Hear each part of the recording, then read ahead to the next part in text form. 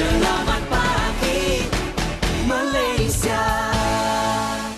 Pagi Malaysia. Okey, selalu orang kalau pagi-pagi pergi pasar basah pilih ikan kan. Saya kat studio dia saya boleh pilih ikan.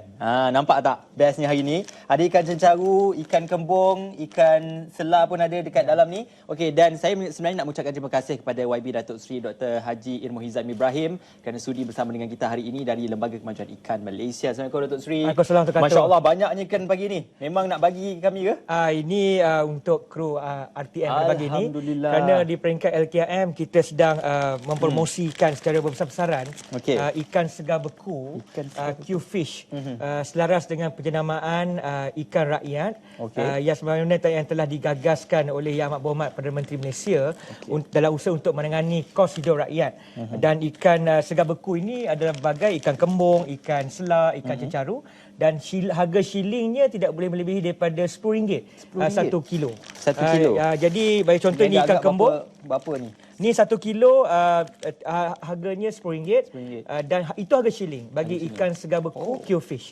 Jadi ini antara fokus utama peringkat LKM kita ini bersama-sama dengan Persatuan Nelayan Kebangsaan dalam usaha untuk memastikan bahawa denyut nadi rakyat itu dapat kita tawarkan dengan alternatif hasil daripada intervensi di antara LKM dan juga Persatuan Nelayan Kebangsaan. Okey, ini memang fresh daripada hasil tangkapan nelayan untuk diserahkan, maknanya tanpa melalui sebarang orang tengah ke apa? Tidak ada orang tengah. Ini merupakan antara produk Persatuan Nelayan Kebangsaan sendiri.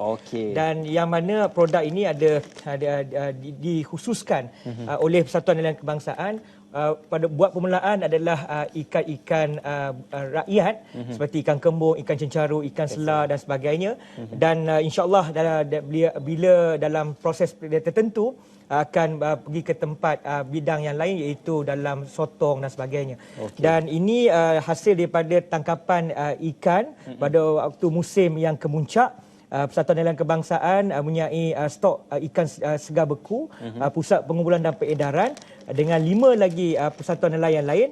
Dan bila waktu berlakunya kekurangan bekalan ikan, khususnya bila tangkapan ikan itu berkurangan di komplek-komplek pendaratan ikan LKM, ketika itulah yang dilambakkan ikan segar beku ini.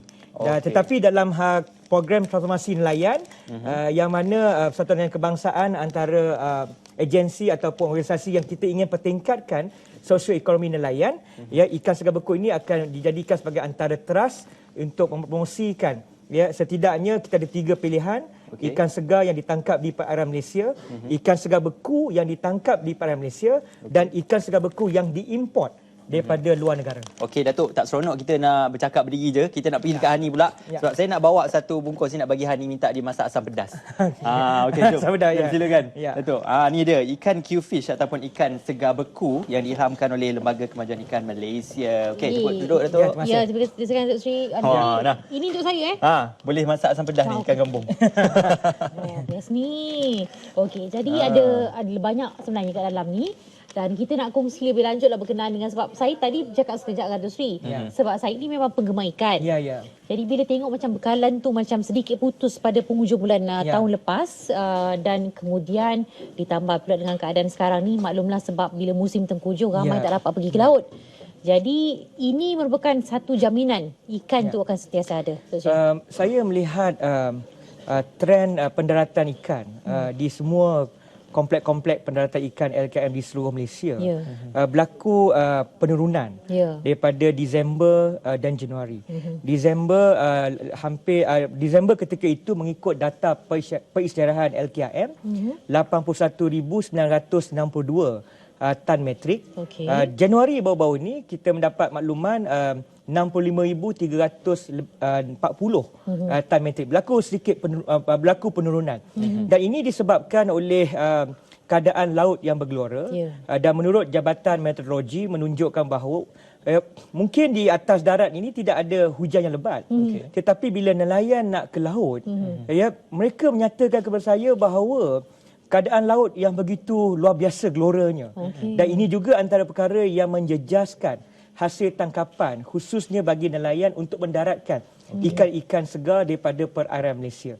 Cuma saya melihat ada juga keberanian nelayan walaupun keadaan laut yang bergelora, mereka tetap pergi ke laut. Dan saya menjangkakan fenomena ini dijangka pulih menjelang akhir Mac nanti, yang mana ini mungkin akan berikan waktu kemuncak pada bulan April untuk pendaratan ikan yang berlebihan. Kembali rancak. Tadi Datuk Sri ada cerita tentang penurunan dari segi jumlah tangkapan ataupun pendaratan oleh nelayan. Tetapi ada juga laporan ataupun rungutan daripada pembeli khususnya yang mengatakan di pasar-pasar terdapat hanya ada beberapa jenis. Contohnya selayang, kembung dan sebagainya. Tetapi tidak banyak jenis seperti sebelum ini. Tahu ada 5-6 jenis. Selalu 5-6 jenis. Saya ingin menyatakan dalam suasana keadaan jumlah pendaratan yang berkurangan. Jadi di peringkat LKM kami berbincang dengan Persatuan Nelayan Kebangsaan, Nikmat dan juga Fama. Ini juga daripada apa yang kita nak sahut seruan yang amat berhormat Perdana Menteri Malaysia mengenai bagaimana kita melakukan intervensi dalam usaha untuk menangani kos hidup rakyat. Dan ini saya nyatakan bila pendaratan itu kurang, so tentu ianya memungkinkan satu keadaan yang mana di pasar-pasar tani terutamanya berlaku sedikit penurunan dari jumlah-jumlah ikan yang ingin dijual. Dan ingin saya perjelaskan di sini bahawa sebenarnya saya nyatakan di peringkat LKM kita menyatakan kepada pihak Persatuan Nelayan Kebangsaan untuk mereka melambatkan stok-stok ikan segar beku mereka.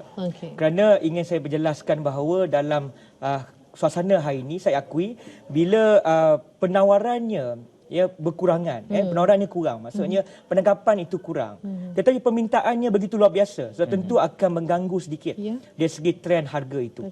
Dan ini juga saya melihat bahawa berlaku lebih-lebih lagi di Lembah Kelang kerana jumlah penduduk yang padat, so tentu dari segi permintaan itu begitu meningkat, penawarannya berkurangan. Dan sebenarnya yang saya sebut sebenarnya tadi, memang ramai sekali pencinta ikan, lebih-lebih lagi ikan kembung. Ikan kembung ini saya nyatakan spesies ikan is a migrated species, yang mana dianya bergerak di satu tempat dan bertelur 2 kali setahun. Saya dah baca ikan kembung ada 2 jenis, ikan kembung borek which is the Indian mackerel, dan juga ikan kembung penaling. Jadi so tentu ini juga antara permintaan yang lebih-lebih lagi antara khasiat ikan kembung ini, omega 3-nya sangat tinggi. Dan ini juga menjadikan satu trend baru di kalangan rakyat Malaysia, yang mana ikan kembung menjadi ikan pilihan rakyat ketika ini. Jadi dalam konteks ini, sebagai apa yang saya nyatakan, LKM tampil dengan memperkenalkan ikan segar beku bersama-sama dengan Persatuan Nelayan Kebangsaan. Main fokus ialah Persatuan Nelayan Kebangsaan untuk mereka menjadi dilonjakkan menjadi usahawan dalam bidang perikanan. Dari segi aspek harga ceiling itu macam mana perlu terus jaga, dan spesies-spesies ikan yang diberikan dan dibawakan. Buat permulaan, spesies ikan ni kita kategorikan sebagai program penjenamaan semula ikan rakyat, yang mana bila kajian yang dilakukan oleh pihak universiti dan juga LKM menunjukkan antara spesies-spesies ikan yang diminati oleh rakyat, seperti ikan kembung, ikan cencaru, ikan ayar, ikan pelaling, ikan selar. Ini antara jenis-jenis ikan yang kebanyakannya bila rakyat ke pasar, ikan-ikan ini menjadi pilihan utama. Walaupun saya akui ada ikan-ikan yang lain, tetapi ini kebanyakannya secara puratanya. Dan ini buat permulaan yang mana menggunakan teknologi IQF, Individual Quick Freezing, yang mana teknologi ini merupakan teknologi daripada negara Jepun, Korea dan China, tanpa menggunakan bahan pengawet dan kimia. Yang mana teknologi ini adalah menjadikan ikan yang di-freeze-kan ataupun disegar bekukan itu adalah seketul-seketul. Bukan blast freezing, yang mana seketul-seketul ini akan menjamin kesegaran. Seakan-akan ikan yang baru ditangkap di laut. Dan cara kaedahnya ialah melalui bukan menggunakan air panas, tetapi menggunakan garam dan juga kita menyah bekukan dalam satu tempoh yang tertentu. Jadi keadaannya sebenarnya dikatakan tadi seperti makan ikan asam pedas dan sebagainya, dalam keadaan ikan yang baru saja ditangkap oleh nelayan. Jadi ini antara teknologi baru yang kita sedang promosikan sebagaimana yang ada di pasar-pasar raya yang lain seperti fishball, frozen curry puff dan sebagainya. Okey. Datuk Seri, kita juga menyentuh sedikit tentang menjelang perayaan nanti, tentang kaul harga dan juga untuk harga ikan ini sendiri. Kalau kita lihat menjelang musim perayaan, mungkin di pasar-pasar raya besar harganya itu mungkin boleh diagak. Kalau hari ini RM7 sekilo, esok mungkin RM7.5 macam tu je. Tetapi yang menjadi kerisauan pengguna apabila di pasar-pasar basah, di pasar borong khususnya, hari ini pergi RM7, esok tiba-tiba dah RM9. Perubahan harga yang tidak boleh dijangka tu bagaimana Datuk? Saya ingin perjelaskan di peringkat agensi-agensi berkaitan, kita ada berbagai agensi. Jabatan Perikanan kepada persoalan ikan-ikan yang dan juga fishing gear ataupun lesen dan sebagainya. LKM dari segi kebajikan nelayan, insurans nelayan, begitu juga penderata ikan. Persatuan Nelayan Kebangsaan adalah organisasi yang menjaga kebajikan hak ehwal nelayan. Manakala harga kementerian yang berkaitan adalah KPK. Ya, ini yang ingin saya nyatakan sebab ada kalanya dikaitkan LKM menjaga harga ikan. Sebenarnya kita memastikan bekalan itu sentiasa wujud. Dan di samping itu juga ingin saya nyatakan bahawa di segi pasar juga.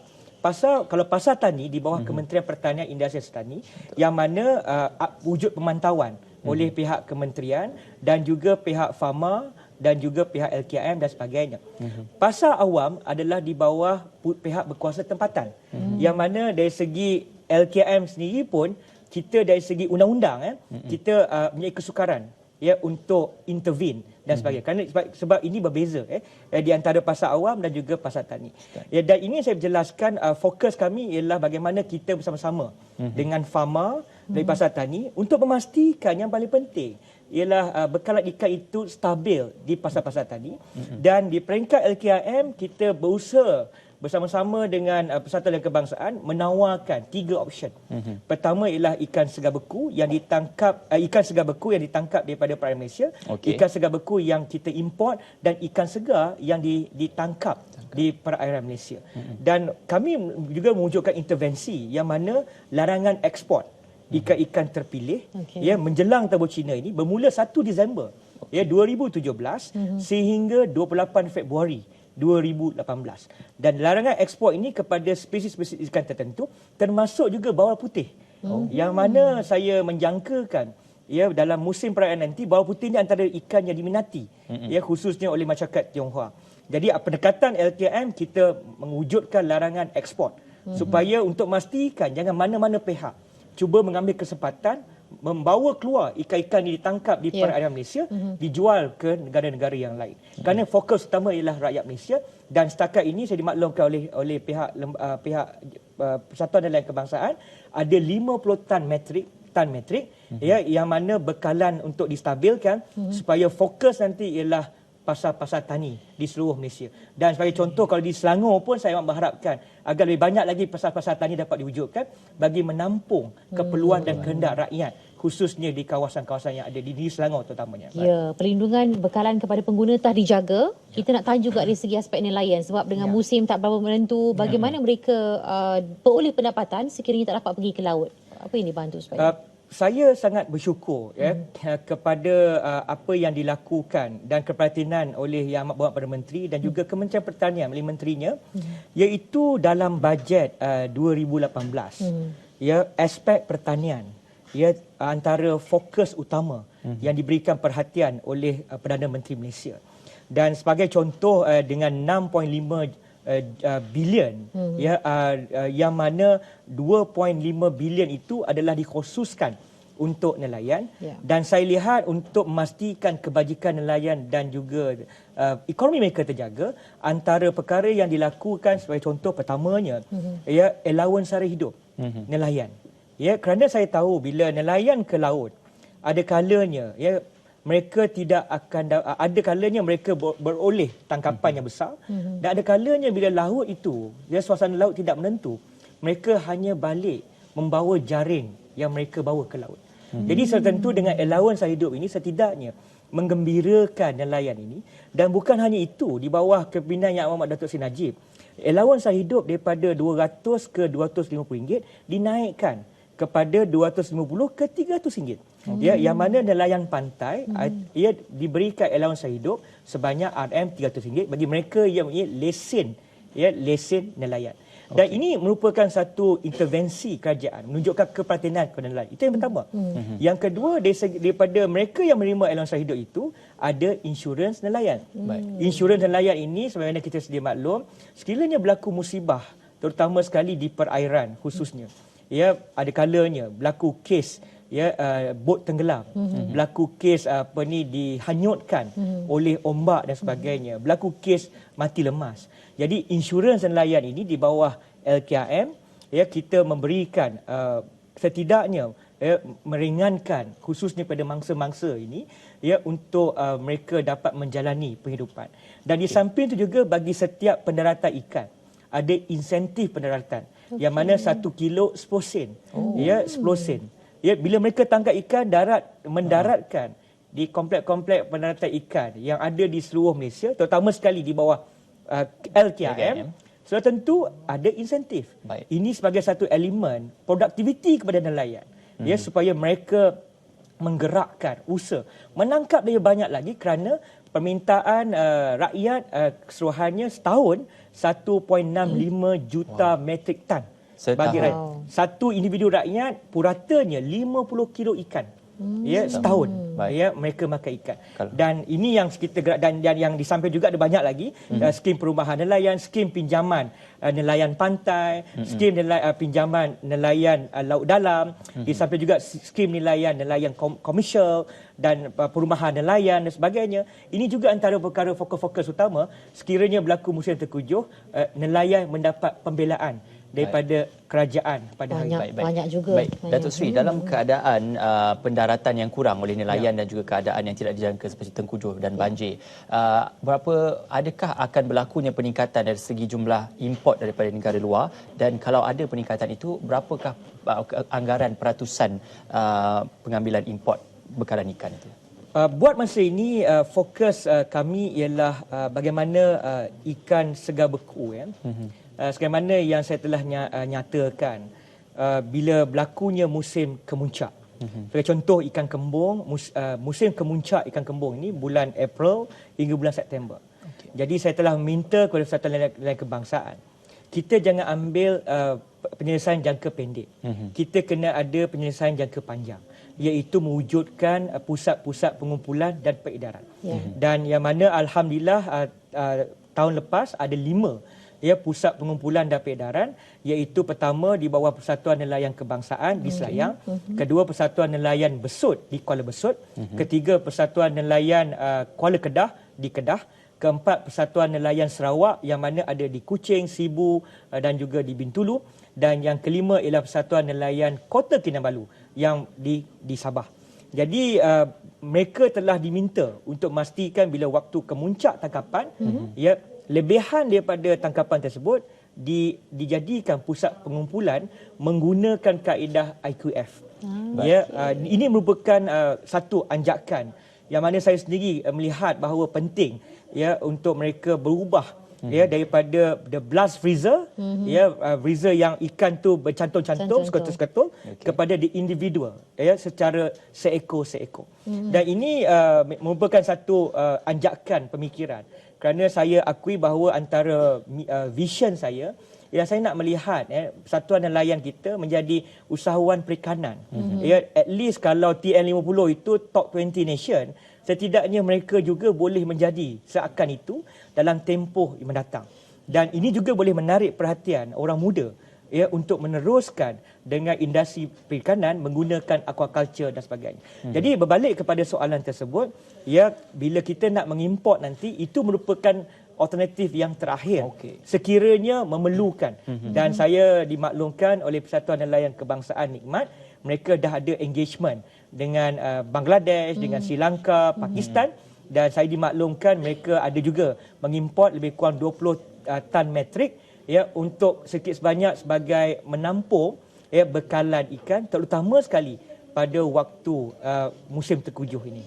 Okey, baik. Saranan ringkas kepada pengguna dan juga tentu masyarakat yang lain sedang menonton kita pada pagi ini. Silakan. Saya ingin mengajak kepada rakyat tempatan, terutamanya dalam suasana ketidaktentuan, khususnya soal bekalan dan harga ikan. Sudah tentu di peringkat LKRM dan juga Satuan Nelayan Kebangsaan, kami sedang mempromosi ikan segar beku ini kepada seluruh rakyat Malaysia. Dan alhamdulillah kita telah ada 118 pusat-pusat jualan, dan saya akui banyak permintaan untuk diwujudkan di kawasan bandar, dan saya menyambut baik saranan daripada Menteri Kabinet KK supaya diadakan pendekatan emboss supaya ikan segar beku ini dapat dijual di semua kedai-kedai rakyat Satu Malaysia 2.0, yang mana setidaknya rakyat boleh mendapat bekalan ikan segar beku ini. Dan ingin saya tegaskan, ikan segar beku ini merupakan ikan yang terjamin segarannya, tahannya setahun, dan lebih penting sekali ingin saya nyatakan tidak ada unsur bahan pengawet ataupun kimia, dan yang paling penting setidaknya ialah ikan segar beku ini boleh menjamin bekalan ikan khususnya bagi rumah-rumah ataupun mereka yang ingin menyimpan stok bekalan ikan. Okey, buat masa sekarang ni di mana boleh dapatkan bekalan ikan Qfish? Pertamanya sekarang ini di peringkat kalau di Putrajaya kita bekerjasama dengan DMart dan juga di ada pusat tani, dan di samping itu juga pasar tani seluruh Malaysia juga sedang digerakkan penjualan ikan segar beku ini, dan My Farm Outlet di Putrajaya juga antara tempat yang mana boleh membeli ikan segar beku ini. Dan sebagai contoh, kami juga telah meminta bekerjasama dengan pihak koperasi. Sebagai contoh, kalau di Kuala Selangor parlimen saya, koperasi Ukhuwah iaitu di Bukit Melawati, di pejabat saya bawah tu ada pusat jualan ikan segar beku. Di samping juga di Saujana Utama dan juga di Felda Bukit Cerakah, Puncak Alam juga menjual ikan segar beku. Dan kami sedang gerakkan secara berbesaran, setidaknya Persatuan Nelayan Kebangsaan ini ingin mendekati dengan khususnya dengan rakyat, yang mana antara slogan rakyat dan ikan berpisah tiada, nelayan dengan rakyat berpisah tiada. Wah, itu yang baru saya dengar tu, rakyat dan ikan berpisah tiada. Tapi dia juga boleh kita kaitkan dengan sumber kekayaan baru seperti yang diumumkan oleh Amat Berhormat Perdana Menteri tahun lalu. Okey. Kita ucapkan banyak terima kasih kepada Membantu Sri bersama kita pada pagi ini. Hani dan ikan berpisah tiada. Hari dan ikan berpisah tiada. Ya, betul-betul. Dan untuk waktu ini kita nak lihat juga keadaan cuaca masa sekarang, sebab ini juga sebagai penentulah untuk penilaian kita pergi ke laut dan sebagainya, dan juga untuk aktiviti-aktiviti harian. Jadi kita pergi ke Map Malaysia dan kembali lagi selepas ini.